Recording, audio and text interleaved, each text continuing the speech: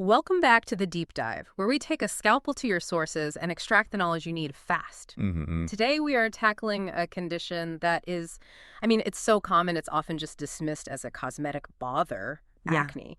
But while we all know what a zit is, the actual science, why some turn into blackheads and others into these painful cysts, is surprisingly complex. It absolutely is. And I think the first necessary shift in perspective comes straight from our sources. Okay. Acne is not just a collection of pimples. It's officially defined as a disease. A disease, wow. Yeah, a chronic inflammatory skin condition. Uh-huh. The pimple, the whitehead, the blackhead, Yeah. those are just specific lesions. They're symptoms that fall under this much bigger acne umbrella. So we're looking at a chronic skin disease that, shows up in different ways. Exactly. So our mission today is to uncover the biological trap that causes that initial breakout, clearly map out the 6 types of lesions on their sort of severity ladder, and then arm you with some concrete science-backed strategies to manage it. Sounds like a plan. All right, let's start with the biology of a breakout. Because if you understand the cause, you can disrupt the cycle. Mm-hmm. Our sources lay out a 4-part mechanism.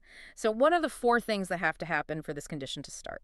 Right. So it's basically a system failure inside the hair follicle. Mm-hmm. The 4 factors are, first, excess oil production, sebum. Okay. Too much oil. Second, clogged pores. That's where the oil mixes with dead skin cells and just gets stuck. The physical plug. Yep, the plug. Third is bacteria growth, specifically one called Propionibacterium acnes, or P. acnes. And then 4th. Inflammation. That's the skin's immune system kicking in and responding to the infection. Okay, but if that P. acnes bacteria is, naturally on everyone's skin, what are the sources telling us is the real tipping point? Is it the oil or is it the plug of dead cells? That's a great question. The insight is that all 4 are really interdependent, but that clog is absolutely crucial. Normally, sebum just lubricates the skin and gets out of the pore easily. Yeah. But when you have too much sebum mixing with a backlog of dead skin cells, you get that plug. And that seals the pore. It seals it. And this creates an anaerobic or, an oxygen-poor environment. And that is the perfect incubation chamber for P. acnes to just thrive. So that combination of trapped oil and multiplying bacteria, that's what triggers the inflammation. That's the tiny biological trap. It's like a little self-contained infection engine. That makes so much sense. The sources also mention you might get subtle warning signs, right, before a lesion even appears. Yeah, you might feel increased oiliness in an area or some sensitivity, maybe tenderness, even before you see any redness or an actual bump. So once that environment is set, the severity really just depends on how the follicle wall reacts. Exactly. The 6 faces of acne, as we can call them, fall into 2 major categories: non-inflammatory and inflammatory. Okay, let's start mild. The non-inflammatory ones, I think the medical term is comedones. Correct. So first up, we have the whitehead, or the closed comedone. Closed. Key word there. The key word.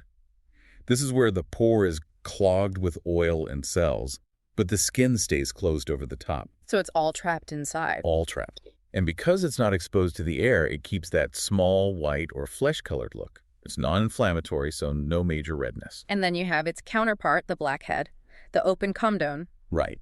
And the sources had a really fascinating point we have to hit here. The myth that the dark color is dirt. It's absolutely not dirt. That's a huge misconception. So what is it? The blackhead forms when the pore is clogged, but it stays open to the surface.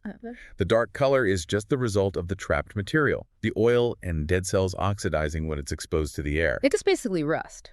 It is. Yeah. It's essentially rust, and it's also generally non-inflammatory. Visible, but not painful. Okay, so now we climb the severity ladder to the inflammatory forms. This means the follicle wall has ruptured. Mm-hmm. And the body has started a deeper immune response. We start with papules. These are the red flag. They're small, red, raised bumps. Inflammation has definitely started because that follicle wall has broken down a bit. And they're tender to the touch. They are, because of that inflammation. But the key thing to remember is that they do not contain pus. Not yet. Okay, so if that immune response keeps going, then you get pustules. Exactly. Pustules are the next step. They're inflamed, red, swollen bumps that are actually filled with pus. And that pus is what? It's the body sending in white blood cells to fight the infection from that ruptured pore. So the pus is a mix of oil, dead cells, bacteria, and all those immune cells. And that's why they have that visible white or yellow center? Yep. They hurt, and they carry a definite risk of scarring if you pick at them because you're damaging all the tissue around them. And now the two really severe, deep-rooted forms that, require medical attention, nodules and cysts. Yes, nodules are severe. They're large, hard, painful lumps that form way down beneath the skin's surface. They don't have a visible head, right? No, because the infection is just so deep they can stick around for weeks, even months, and you really need medical treatment to prevent long-term damage and scarring. And then the cyst. That's the top of the ladder. That's the most severe and, frankly, destructive type. They're large, pus-filled lesions, even deeper than nodules. They might feel soft, but they can be excruciatingly painful. This deep rupture triggers this intense, widespread inflammation, and cysts are highly, highly prone to causing severe, permanent scarring.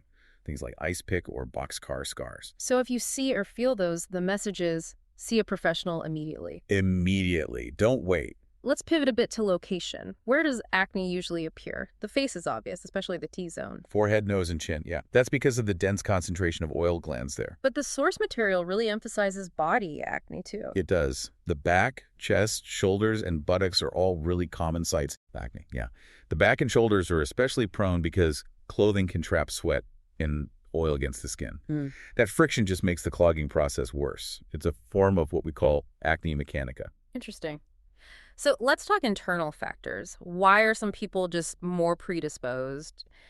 And why do breakouts often track with, say, your time of the month or high stress periods? Well, the hormonal link is just undeniable. Right. Fluctuations, especially during puberty, menstruation, or pregnancy, they increase androgen levels, and androgens tell your sebaceous glands to produce more sebum. Fueling the fire. Exactly. And of course, genetics plays a big role. If your parents had severe acne, your own likelihood goes up. Okay, I have to ask about diet. Is pizza the culprit, or is that just too simplistic? It's complex and a bit controversial in the research, but the sources do point to some specific links. It's not necessarily the grease on the pizza. It's more about what's in the crust and, what you're drinking with it. Diets high in refined sugars and high glycemic index foods. Like white bread, sugary cereals? And often dairy products, yeah. Those cause rapid spikes in insulin. Wait, so if it's the glycemic index, is cutting out a bagel just as important as cutting out candy? The sources really emphasize the systemic effect. High GI foods and also dairy can trigger hormonal fluctuations that lead directly to more oil production and more inflammation. So yes, metabolically speaking, that bagel can contribute to the cascade just as much as a pastry. It's about the insulin spike, not just the fat. And linking back to hormones, what about stress? Psychological stress elevates cortisol, the main stress hormone. Right. And elevated cortisol is directly linked to increased oil production and increased inflammation. It's the perfect recipe for worsening acne or triggering a new breakout. Okay, let's clarify coffee, because the sources brought it up specifically. Yes, coffee itself does not directly cause acne. Right.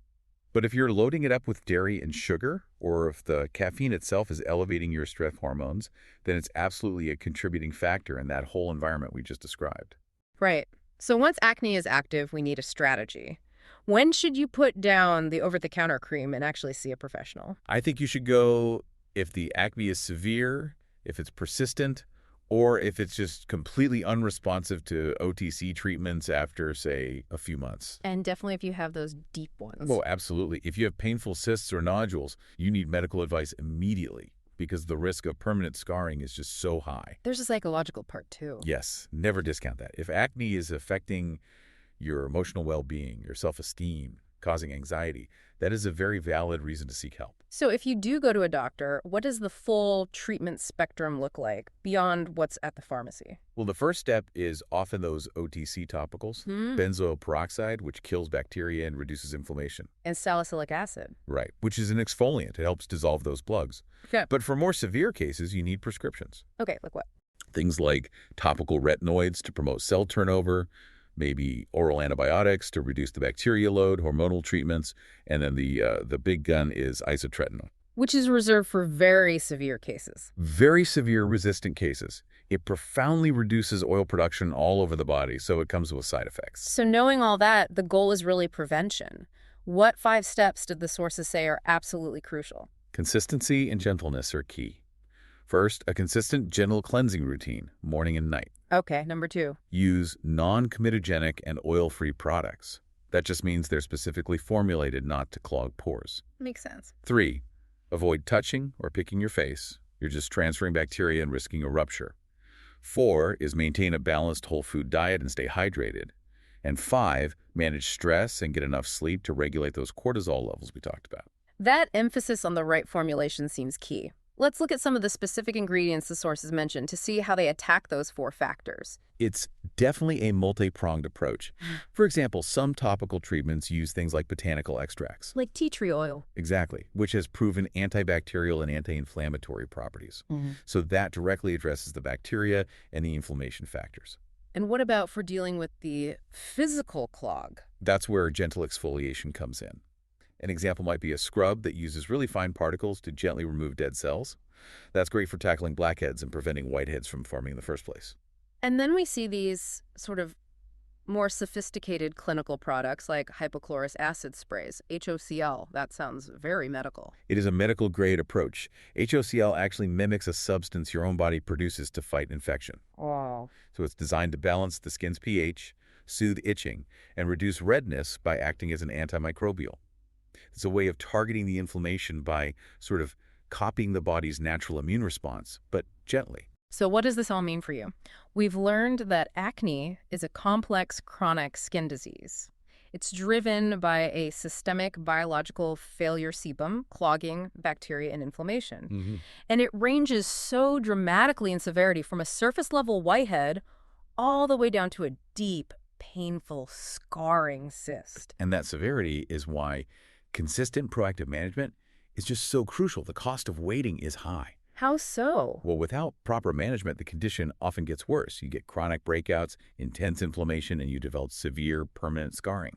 And for individuals with darker skin tones, this also means really visible, severe post-inflammatory hyperpigmentation. So addressing it early really does shorten the duration and minimize that lasting impact. It makes all the difference. Okay, so given that established, really undeniable link between psychological stress, cortisol, hormones, and oil production, here's a provocative question for you to mull over. How much power do seemingly small lifestyle factors, like prioritizing just 1 extra hour of high-quality sleep or strategically cutting back on refined sugar, how much power do those things actually hold in managing this chronic disease compared to just applying a topical medication? Where do you draw the line between internal regulation and external treatment?